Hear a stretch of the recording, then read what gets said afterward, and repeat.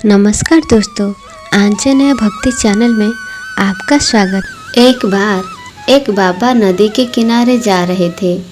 तभी उन्होंने देखा कि नदी में से एक कछुआ निकला और किनारे पर आ गया। वह कछुआ कुछ आगे बढ़ा ही था कि तभी एक बिच्छू भी उसी किनारे से उछला और कछुए की पीठ पर जा बैठा। वह कछुआ फिर से नदी के अंदर चला गया और तैरने लगा। ये सारा क्रियाकलाप वह बुजुर्ग बड़ी हैरानी से देख रहे थे। उस दोनों को देखकर उस बुजुर्ग ने उन दोनों का पीछा करने का निश्चय किया। वह भी उनके पीछे नदी के किनारे किनारे चल दिए। कुछ दूर जाकर वह कछुआ नदी के दूसरे किनारे जाकर रुका। वह बुजुर्ग भी नदी पार कर उन दोनों से कुछ दूर जाकर खड़े हो गए। किनारे पर पहुंचते ही वह बिच्छू उस कछुए की पीठ से छलांग लगाकर दूसरे किनारे पर चढ़ गया और आगे चल दिया। वह बुजुर्ग फिर से उस बिच्छू का पीछा करने लगे। आगे जाकर देखा तो एक संत प्रभु आराधना में आंखें बंद किए बैठे थे। उन संत को अपने आसपास की कुछ खबर ही न थी। वो बिच्छू धीरे धीरे उन संत की ओर ही बढ़ रहा था।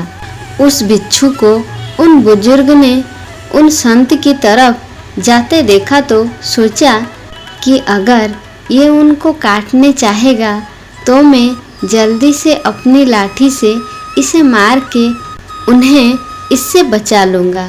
किंतु ज्यों ही वह कुछ आगे बढ़े, उन्होंने देखा कि दूसरी ओर से एक बहुत बड़ा जहरीला सांप तेजी से उन संत की ओर बढ़ा जा रहा है। जब तक वह सांप उनके पास पहुंचा, तब तक वह बिच्छू भी वहां पहुंच गया। जो ही उस सांप ने उन संत को डसना चाहा, तुरंत ही वह बिच्छू उस सांप के पास जाकर उसको अपना डंक मार दिया।